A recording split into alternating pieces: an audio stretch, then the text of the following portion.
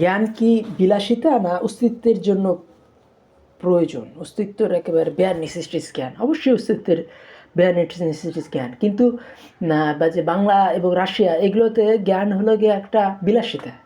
কারণ রাশিয়ার শ্রেষ্ঠ কবি টলস্টয় ছিলেন জমিদার, তারপরে শ্রেষ্ঠ উপন্যাসিক দস্তয়েভস্কি ছিলেন জমিদার, বাংলায় রবীন্দ্রনাথ ছিলেন জমিদার, তারপরে আরও অনেকে বাংলার এই হিন্দু জমিদাররা লেখালেখি করতেন, তার বঙ্কিমচন্দ্র ছিলেন ডিসি। ফলে এই আমলা বা জমিদার এদের সম্বন্ধে মানুষের ধারণা আছে যে লেখাপড়া হলো বিলাসের বস্তু, নৌকা শুয়ে শুয়ে লিখতে হয়, এবং যখন আপনার ইকোনমিক্যালি ইনফ্লুয়েন্স, আপনার ইকোনমিক্যালি অ্যাফ্লুয়েন্ট হবেন, আপনার সলভেন্সি থাকবে, তখন আপনি লেখাপড়া বইপত্র পড়বেন। কিন্তু আসলে তো বাস্তবতা না। বাস্তবতা হলো যে মধ্যবিত্ত আপনার ইকোনমিক সংগ্রামের মধ্যেই কিন্তু আপনার লেখাপড়া করতে হবে, যেটা থমাস মোর করেছেন, যেটা ইংল্যান্ডের শেক্সপিয়ার করেছেন, যেটা জার্মানির করেছেন, নাম কি বলে, কান্ট, গেটে, হেগেল, তিনজনই কিন্তু মিডল ক্লাস ফ্যামিলি থেকে আসা, এবং তারা কিন্তু মানে এই টলস্টয় বা রবীন্দ্রনাথের থেকে হাজার গুণ বেশি তাদের পড়াশোনা ছিল। তাহলে ইকবালও কিন্তু মধ্যবিত্ত ফ্যামিলি থেকে, ফলে উত্তর ভারত, দক্ষিণ ভারতেও কিন্তু গণতন্ত্রের একটা চর্চা আছে।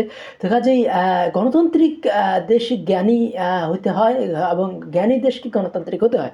কিন্তু অনেকে বলবেন যে তাহলে জ্ঞানী জার্মানিতে কেন হিটলার আসলো? কিন্তু এই জিনিসটা বুঝতে হবে যে এই বিসমার্কের সময় থেকে জার্মানি একটা কল্যাণমূলক রাষ্ট্র হয়ে গেছিল। সেখানে এই ঈদের শ্রমিকদের পেনশন, তারপরে এই শ্রমিকদের সম্পর্কে অনেক বিমা এবং অনেক রাষ্ট্রীয় সুযোগ সুবিধা জার্মান এম্পারার এগুলো দিয়েছিলেন। ফলে জার্মানি হয়ে গেছিল একটা কমনওয়েলথ বা জনকল্যাণমূলক রাষ্ট্র। তাই এই জিনিসটা বুঝতে হবে যে প্রথম বিশ্বযুদ্ধে, দ্বিতীয় বিশ্বযুদ্ধে যদি স্বৈরতান্ত্রিক হইতেন পুরোপুরি, তাহলে কিন্তু জার্মানি এত বছর টিকে থাকতে পারতো না। কারণ জার্মানি ছিল এগুলো জনযুদ্ধ, এবং প্রতিটা মানুষ জড়িয়ে গেছিলো জার্মানির, বিশেষ করে জার্মানির অস্তিত্ব রক্ষায়। ভিভা লা নেশন, যেটা ফ্রেঞ্চরা বলে যে জাতিকে টিকে রাখতে হবে, এই জন্য কিন্তু তারা প্রচণ্ডভাবেই একটা জনকল্যাণমূলক রাষ্ট্রের একটা ধারণা জার্মানির মধ্যে ছিল বলেই কিন্তু জার্মানি এই 1870-71 যুদ্ধ এবং এই 1914 প্রথম বিশ্বযুদ্ধ, 1939 দ্বিতীয় বিশ্বযুদ্ধ, প্রত্যেকটাতেই জার্মান জনগণের ব্যাপক অংশগ্রহণ ছিল। জাপানেও তাই। জাপানে অনেক জনকল্যাণ রাষ্ট্র ছিল, এবং জাপানি ব্যাংকগুলো এই পরিমাণ লোন দিত এই জন্যই যে তারা বলতো যে সম্রাট বলতেন প্রতিটা সিটিজেন আমার সন্তানের মতো। তাইলে জাপান যে প্রতিটা দেশ দখল করতে বেরিয়ে পড়লো, আমেরিকাকে অচল করে দিয়ে জাপান বিভিন্ন দেশ যে দখল করলো, এবং ব্রিটিশের কাছ থেকে বিভিন্ন দেশ কেড়ে নিল, এর পিছনে কিন্তু জাপানি জনগণেরও কিন্তু ইচ্ছা ছিল। এবং এই জিনিসটা এই জন্য পুরোপুরি ওই সময়কার যে জাপান বা জার্মানিকে পুরোপুরি স্বৈরতান্ত্রিক রাষ্ট্র বলা যায় না। তো স্বৈরতান্ত্রিক রাষ্ট্র এই জন্য একটা জিনিস বুঝতে হবে যে জ্ঞানের বিকাশ হলে পরে, যেমন প্রথম বিশ্বযুদ্ধের শেষের দিকে কিন্তু এই লুডেনডর্ফ এবং এরা স্বীকার করে নিয়েছিলেন যে সম্রাটের কথায় আমরা চলতাম না, আমাদের কথায় সম্রাট চলতেন। তাহলে এই লুডেনডর্ফ এবং হিন্ডেনবার্গ এরা স্বীকার করে নিয়েছিলেন। তো এই জিনিসটা আমাদের বুঝতে হবে যে এই সম্রাটের থেকে যারা দক্ষ, যোগ্য, এদেরকেই কিন্তু জার্মানি প্রাধান্য দিত বংশ বা অভিজাতন্ত্রের তুলনায়।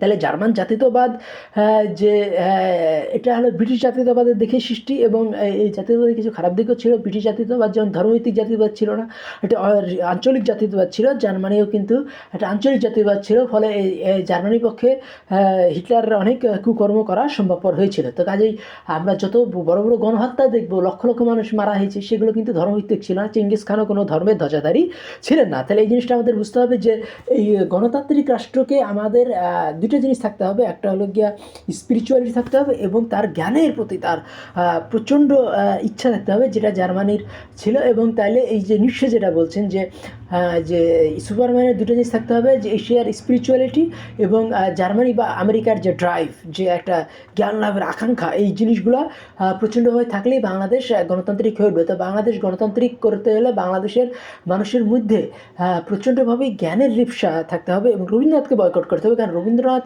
পড়বেন আপনি, কিন্তু বিশ্বাস করা যাবে না। কারণ রবীন্দ্রনাথ তার বেশিরভাগ বইগুলোতে যেভাবে তিনি বড় বড় বইগুলোর নাম করেছেন, নিজের জ্ঞানের বহর জাহির করছেন, কিন্তু সবাইকে সেই বইগুলো পড়ার উৎসাহ দিচ্ছেন না। কিন্তু ইকবাল কিন্তু সেই বইগুলো পড়ার উৎসাহ দিয়েছেন, এবং তিনি বারবার বলেছেন যাও পড়ো, সেই নিঃস্বের আজুর আগুন থেকে আমি ইব্রাহিম হয়েছি। তার মানে কি, মানে আমার অস্তিত্বকে বোঝার জন্য তোমাকে নিশ্চে পড়া লাগবে। এবং শুধু নিশ্চয়ই না, তিনি আরও বলেছেন যে আমাকে বোঝার জন্য 5 জনকে পড়ে আসতে হবে। সেটা হলো কে? সেটা হলো গিয়া গালিব, বেদিল, গেটে, ওয়ার্ডসওয়ার্থ এবং হেগেল। হেগেল, গেটে, গালিব, ওয়ার্ডসওয়ার্থ, বেদিল। তাহলে এই 5 জনকে পড়লে পরে ইকবালকেও বোঝা যাবে। তাই ইকবাল কি একটা হাই স্ট্যান্ডার্ড সেট করে দিয়েছিলেন, যে জিনিসটা আমাদের বুঝতে হবে যে যেটা যে এই ইসের নাম কি বলে, ইন্ডিয়ান ডেমোক্রেসির ভিত্তি। কিন্তু চায়নাতে কিন্তু এ ধরনের কোনো ডেমোক্রেসির ভিত্তি ছিল না বলে কিন্তু চায়না 1949, যদিও মানে কনফুসিয়াস অত্যন্ত জ্ঞানী, হ্যাঁ, কান্টের পূর্বসূরি বলা যায়, কিন্তু কান্টের মতো অত ইন্টেলিজেন্ট কনফিউজিয়াস ছিলেন না। ফলে এই আর যোগাযোগও একটা মানে বিচ্ছিন্ন ছিল। চায়না আগাগোড়াই, চায়না শব্দের অর্থই পৃথিবী, মানে চায়না গোটা পৃথিবী থেকে বিচ্ছিন্ন ছিল। এবং ফলে সেখানে জ্ঞান, সারা জ্ঞান, পৃথিবীর জ্ঞান যে ওইখানে যে পৌঁছবে এটা হয়নি। এবং রাশিয়াতেও কিন্তু এক কোনায়, ইউরোপের এক কোনায়। ফলে এটা কিন্তু কোনো ট্রানজিট রুটের মাঝামাঝি না রাশিয়া। তো ফলে রাশিয়া বা চায়নাতে যে কমিউনিজম কায়েম হয়েছিল তার পিছনে তাদের জ্ঞানের অভাবই দায়ী। তো কাজেই আমাদের এখন বর্তমানে জ্ঞানের প্রধান শত্রু হলো নাৎসিবাদ, ফ্যাসিবাদ এবং কমিউনিজম। এটা আপনারা বার্ট্রান্ড রাসেলের রিলিজিয়ান সায়েন্স বইটা পড়লেই আপনারা বুঝতে পারবেন। এবং এই জ্ঞান আসলে পরে কিন্তু কোনো রাষ্ট্র ফ্যাসিস্ট হয়ে যেতে পারে না। কাজেই বাংলাদেশে যেহেতু ফ্যাসিজম চালিয়ে গেছিলেন 16 বছর ধরে এই হাসিনা, কাজেই আমাদের এই মনস্তাত্ত্বিক ফ্যাসিবাদ থেকে কিন্তু এখনও অনেক ক্ষেত্রে মুক্তি পায়নি, যেটা মুক্তি পাওয়ার পথে আছে। মানে 60% মুক্তি পেয়ে গেছে, আর 40% মুক্তি পাবে যদি আমরা ইকবালকে আনি। এবং এই জায়গাটায় আমাদেরকে এই ইকবালের চর্চা করতে হবে, কারণ ইকবাল এবং রবীন্দ্রনাথের মধ্যে একটা পাল্লা ছিল প্রচণ্ডভাবেই। এবং ইকবাল কিন্তু এই রবীন্দ্রনাথের উপরে জয়লাভ করেছিলেন। এবং ফলে রবীন্দ্রনাথ কিন্তু কখনোই ইকবাল 1930-এর পাকিস্তান প্রস্তাবের সমালোচনা করার সাহস পর্যন্ত পাননি।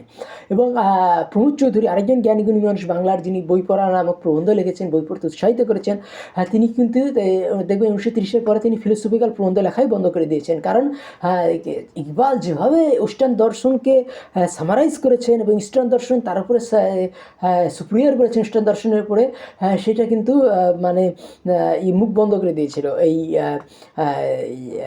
রবীন্দ্রনাথের এবং শরৎচন্দ্র চট্টোপাধ্যায়ের এবং প্রমোদ চৌধুরী, তিনজনেরই। কাজে এই জিনিসটা আমাদের বুঝতে হবে যে আমাদের মনস্তাত্ত্বিক হাসিনাবাদ বা মুজিববাদ থেকে মুক্তি পেতে হলে আমাদের জ্ঞান চর্চা করতে হবে, বিশেষ করে ইকবালের চর্চা করতে হবে। তাহলে কী হবে, আমরা মুজিববাদ থেকে মুক্তি পাবো এবং বাংলাদেশ ফ্যাসিবাদ থেকে মুক্তি পাবে। আমার কথাগুলি ভালো লাগলে আমার চ্যানেল সাবস্ক্রাইব করুন, লাইক বাটন ক্লিক করুন। ধন্যবাদ।